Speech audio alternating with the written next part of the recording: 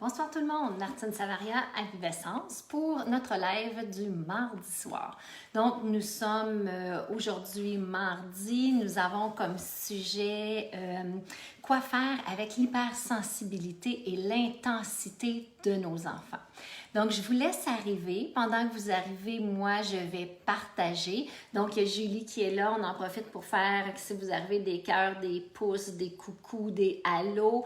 Et moi, pendant ce temps-là, je vous demande, comme d'habitude, d'être patient et je vais juste partager dans ma page ici avec mon groupe Parents Zen.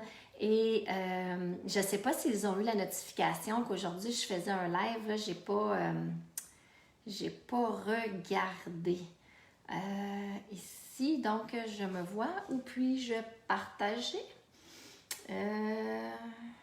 Est-ce que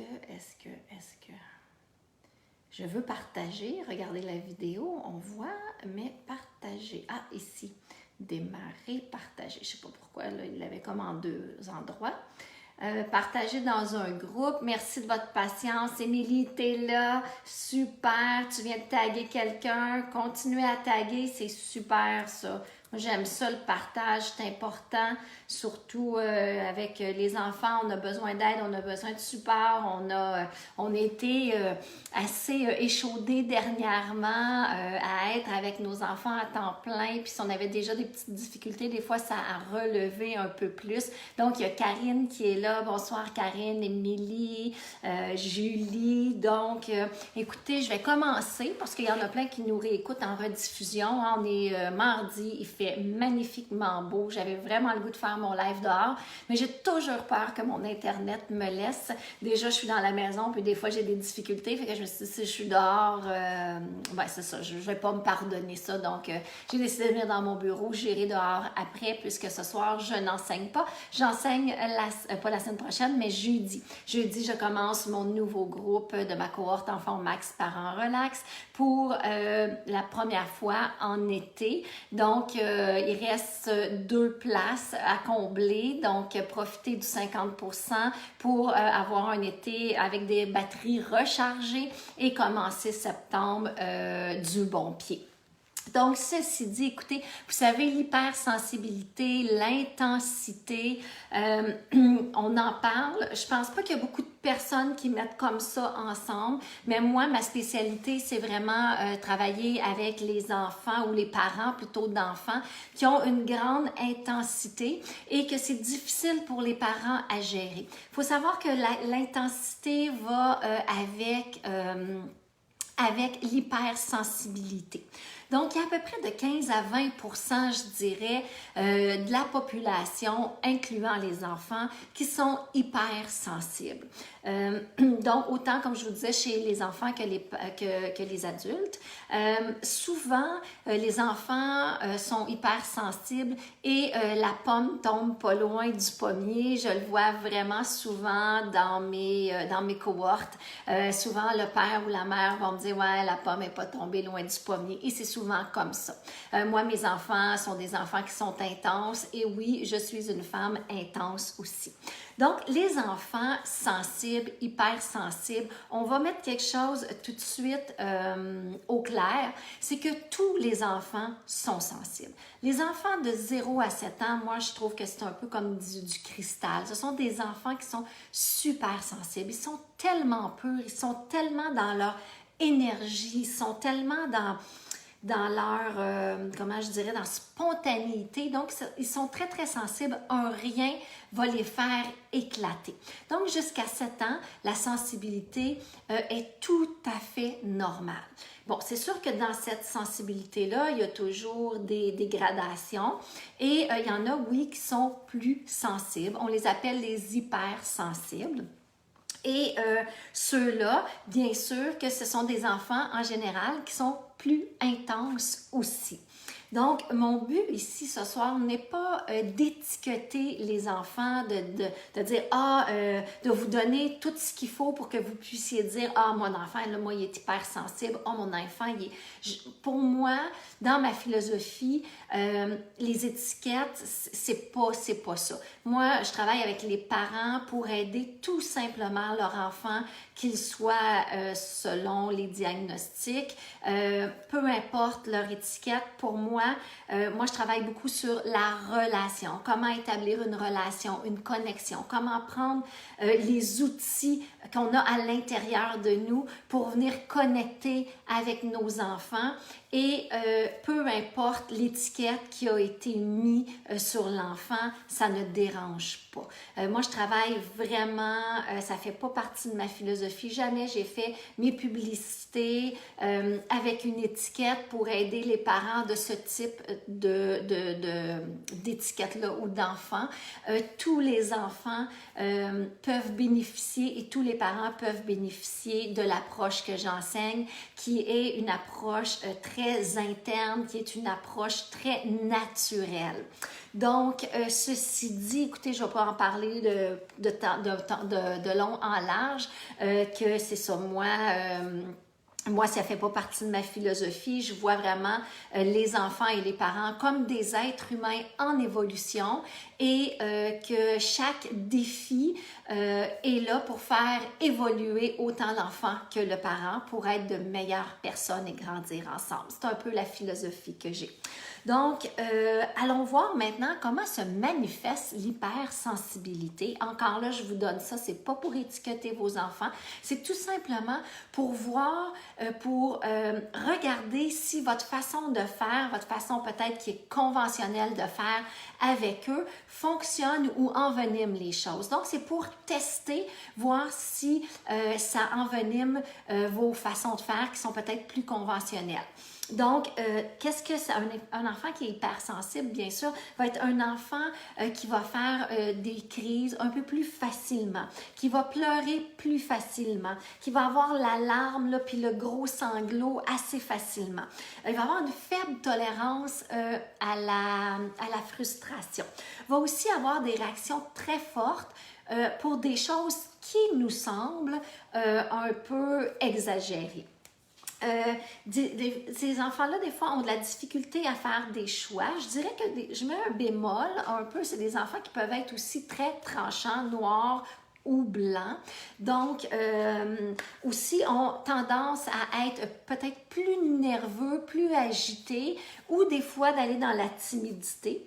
Ils ont des fois l'air de rien, ils ont un grand besoin de calme. Des fois, ils sont comme super agités, mais ce qu'ils ont besoin, c'est vraiment du calme. On dirait on veut juste les mettre tout le temps à bouger plus, puis on vient comme les surstimuler. Ils sont comme sur le 320 ou le 220 ou le 310 ou je ne sais pas trop, mais ils sont surstimulés. OK?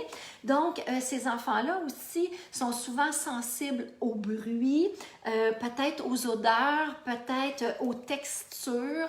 Moi, je dois dire que mon plus vieux, là, il est rendu à 17 ans, mais dans le temps, quand il était jeune, quand on le mettait sur le gazon, écoutez, de juste lui mettre les pieds nus sur le gazon, c'est comme si on y mettait, juste frôler, c'est comme si on y mettait des aiguilles en dessous des pieds. Et mon deuxième, lui, c'était vraiment les textures de la nourriture. Là, puis même encore, il ne faut pas qu'il y ait trop de texture parce que lui, il ne va pas aimer ça. Même si ça goûte bon, la texture n'est pas super, il ne va pas aimer. Donc, souvent, les manifestations des enfants sensibles vont être assez similaires aux enfants intenses. Hein? Parce que l'intensité, comme je vous disais, et l'intensité vont de pair. Plus l'enfant est sensible, plus l'enfant va être intense. Plus on utilise des techniques, des stratégies conventionnelles d'éduquer, menacer, répéter, critiquer, sermonner, bla bla bla bla bla bla bla sans arrêt, utiliser la négativité. Plus on utilise ça avec les enfants sensibles, plus on utilise ça avec les enfants intenses, plus ils vont développer de l'intensité et plus on va avoir une vie difficile et moins harmonieuse et relationnelle intéressante avec nos enfants. Les facteurs qui peuvent, puis aussi, ça va faire en sorte que leur estime et leur confiance en eux va bien sûr descendre. Donc, les facteurs qui font que notre enfant peut être hypersensible, bon, il y a tout un côté, je dirais peut-être, de quand ils naissent, là, de comment je pourrais dire ça, un tempérament. En même temps, il y a des facteurs qui peuvent venir amplifier ce tempérament-là. Bien sûr, ce que la mère a vécu durant la grossesse, à l'accouchement, quand le bébé est naissant. Donc, tout ce lien-là est très, très fort. Donc, tout ça a une empreinte sur l'enfant. Il y a aussi, qu'est-ce que je voulais dire? Il y a aussi, bon, tout le facteur, comment est-ce qu'on interagit avec lui, quand on est avec lui, est-ce qu'on est, la maman est très stressée, les parents sont très stressés, est-ce qu'on est anxieux, on ne sait pas trop quoi faire avec lui parce qu'il pleure beaucoup et ainsi de suite. Donc, ça aussi, ça peut avoir un effet. La santé mentale des parents aussi, si la maman est en dépression, c'est sûr que ça l'aide pas non plus l'hypersensibilité. Donc, l'hypersensibilité d'un enfant peut diminuer avec le temps. Je dirais que ça dépend de nos façons d'intervenir, ça va dépendre aussi de nos façons, comment est-ce qu'on va percevoir l'hypersensibilité. Est-ce qu'on va percevoir ça comme quelque chose qui est fatigant, qui est demandant, qui nous use et puis qui est comme pas normal puis qu'on va vouloir chercher à fixer à tout prix, à arranger, excusez mon mot anglophone. Donc, est-ce que c'est ça qui va faire... si on utilise ça, c'est sûr que ça va faire que l'enfant va continuer son hypersensibilité et on va venir l'amplifier. Donc, tout dépend de nos interventions, beaucoup, si ça va grandir ou diminuer. Donc, notre rôle pour aider nos enfants dans cette hypersensibilité-là est vraiment importante parce que nos enfants sont vraiment comme des éponges. Ensuite, ce que je voulais vous dire, grandir pour ces enfants-là, c'est sûr que grandir dans un milieu harmonieux où ils se sentent compris, avec de la bienveillance, où est-ce qu'ils sentent qu'ils sont englobés, ils sont acceptés, ils sont vus, ils sont reconnus, ils sont en connexion de façon positive avec nous, va vraiment aider l'enfant hypersensible. Donc, comment aider notre enfant hypersensible? Je viens de donner quelques trucs, bien sûr, et j'en ai parlé tantôt. On ne va pas aller réprimander ces enfants-là fortement. C'est vraiment déconseillé parce qu'on va venir tout simplement augmenter, comme je vous ai dit.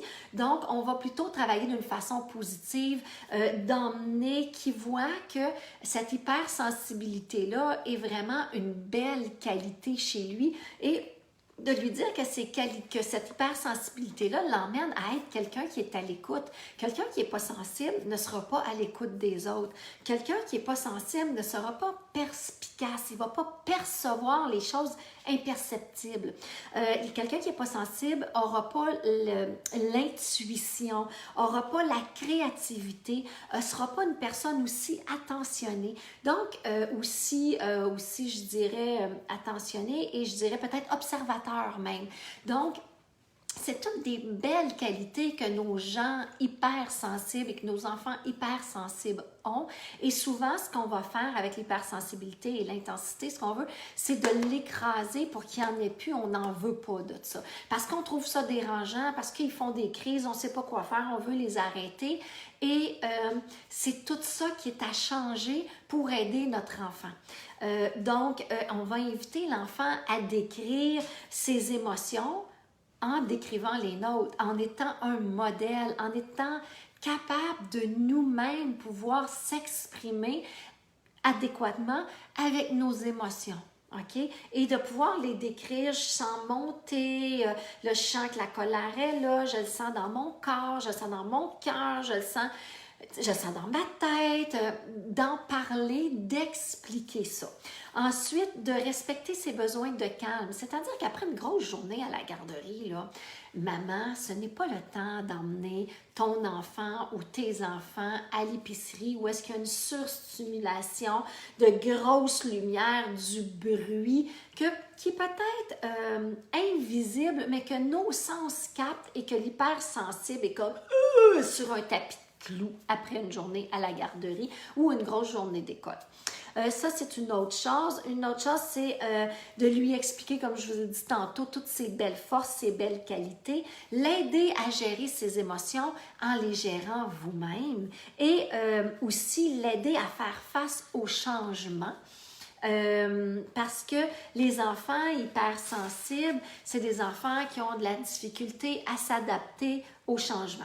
La capacité d'adaptation est très importante et qu'est-ce qui va faire qu'on va avoir une meilleure capacité d'adaptation? C'est bien sûr la gestion émotionnelle. OK?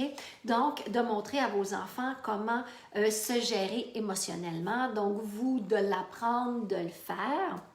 Et puis, aussi une autre chose, si vous avez 2-3 enfants, de ne pas comparer la fratrie sur un, il est hyper sensible. Ben voyons, toi, tu pleures tout le temps pour rien, puis t'es donc bien sensible, puis ton frère, lui, ça lui fait rien. Donc, de ne pas faire ça. Ça l'emmène de l'injustice. J'ai un texte dans mon blog qui en parle. Donc, vous pouvez aller voir sur mon site www.vivessence.com. Dans ma partie blog, j'ai un texte qui parle de l'injustice qui pourrait être très intéressant pour vous, qui pourrait compléter ce live-là. Donc, en bref, le mot d'ordre concernant l'éducation des enfants hypersensibles et intenses est sans doute nullement pas l'utilisation de techniques conventionnelles, mais plutôt une parentalité qui est consciente, qui est dans la bienveillance, qui est dans la compréhension, dans la compassion, qui sont toutes des belles qualités qui viennent du cœur. Donc, d'utiliser notre cœur pour mieux connecter avec celui de notre enfant, parce que nos enfants sont dans leur cœur, il faut se souvenir de ça, et c'est là qu'on peut aller les rejoindre. Le parent devient alors plus un accompagnateur, il devient plus un guide pour son enfant plutôt qu'une police et un gestionnaire de crise. Donc, c'est beaucoup plus léger pour tout le monde quand on est rendu là, et tout le monde en bénéficie, on est moins fatigué, l'enfant se sent moins stressé. Et tout le monde est plus heureux, beaucoup plus d'harmonie. On n'a pas eu des enfants pour s'arracher les cheveux sur la tête puis se dépêcher à aller coucher parce qu'on veut la paix. On a eu des enfants parce qu'on veut passer du temps de qualité avec eux. Et des fois, les façons conventionnelles de faire ne nous permettent pas ça. Donc, si vous avez envie de changer, vous êtes prêt à changer vos techniques de faire et d'aller vraiment dans l'harmonie, dans la simplicité, dans la collaboration, je vous invite à profiter du 50%, le dernier pour ma cohorte de cet été. Et en septembre, on recommence à l'automne. Je ne sais pas si ça sera en septembre. Tout change. J'en ai jamais fait l'été. Là, j'en fais une. J'avais jamais fait de rabais sur mes cohortes. Là, j'en ai fait. Donc, il ne faut jamais dire jamais. Et on ne sait pas ce qui nous attend. Donc, je ne sais pas comment ça va aller. On y va au jour le jour. Vous voyez que la méditation fait son effet. Je suis de plus en plus au jour le jour. Donc, ceci dit, je vous invite chaudement à partager ce live si vous avez trouvé ça intéressant. Si tu avais, Julie qui me donne des belles reconnaissances, tu expliques tellement bien, tu es vraiment inspirante, Martine. Merci beaucoup, Julie, de ton soutien. Partagez, ayez pas peur oui, go, profitez-en. Oui, Julie, on va mettre les... Donc, c'est ça, il reste 2 places, mais partagez, c'est super important. Il y a de l'information qui est super enrichissante dans tout ce que je vous dis. Partagez mes lives, partagez dans mes blogs, envoyez les gens sur mon site Internet. Plus vous partagez la bonne nouvelle, plus on ouvre l'esprit, la conscience des gens, plus on aide nos enfants, notre future société. Moi, je travaille vraiment avec les parents, mais mon but en arrière de tout ça, c'est mes beaux petits-enfants. Pas des petits-enfants que je suis grand-mère. J'aurais l'âge quasiment d'être grand-mère, mais j'ai eu mes enfants trop vieilles, donc je ne suis pas là. Mais les enfants qui sont rayonnants, qui sont dans leur cœur, puis qui ont tellement à nous apporter pour nous aider à nous transformer. Donc, ceci dit, écoutez, je vous laisse. Daniel est là. Daniel, tu réécouteras, mon grand, c'est un super live. Donc, je vous laisse là-dessus. Je reviens la semaine prochaine avec un autre sujet. La semaine prochaine, c'est la Saint-Jean. C'est comme la veille. Donc, je ne sais pas, je ne le ferai peut-être pas mardi. Je vais vous écrire un petit... Oui, parfait, Émilie, tu me contactes, excellent. Donc, je vais, qu'est-ce que je vais dire? La semaine prochaine, je vais vous tenir au courant. Je vais peut-être le faire jeudi à la place parce que la veille de la Saint-Jean, bon, ce soir, il n'y a pas beaucoup de monde présentement au live. Je sais que vous réécoutez, j'ai 200, 300, 400 écoutes par semaine, mais ce soir, il fait tellement beau, vous allez m'écouter en rediffusé, puis vous allez partager. Fait que, écoutez, on va aller chercher le 500 cette semaine là, parce que c'est un super live. Donc, je vous remercie tout le monde d'avoir été là, partagé, puis on se rencontre la semaine prochaine, je vous tiens au courant.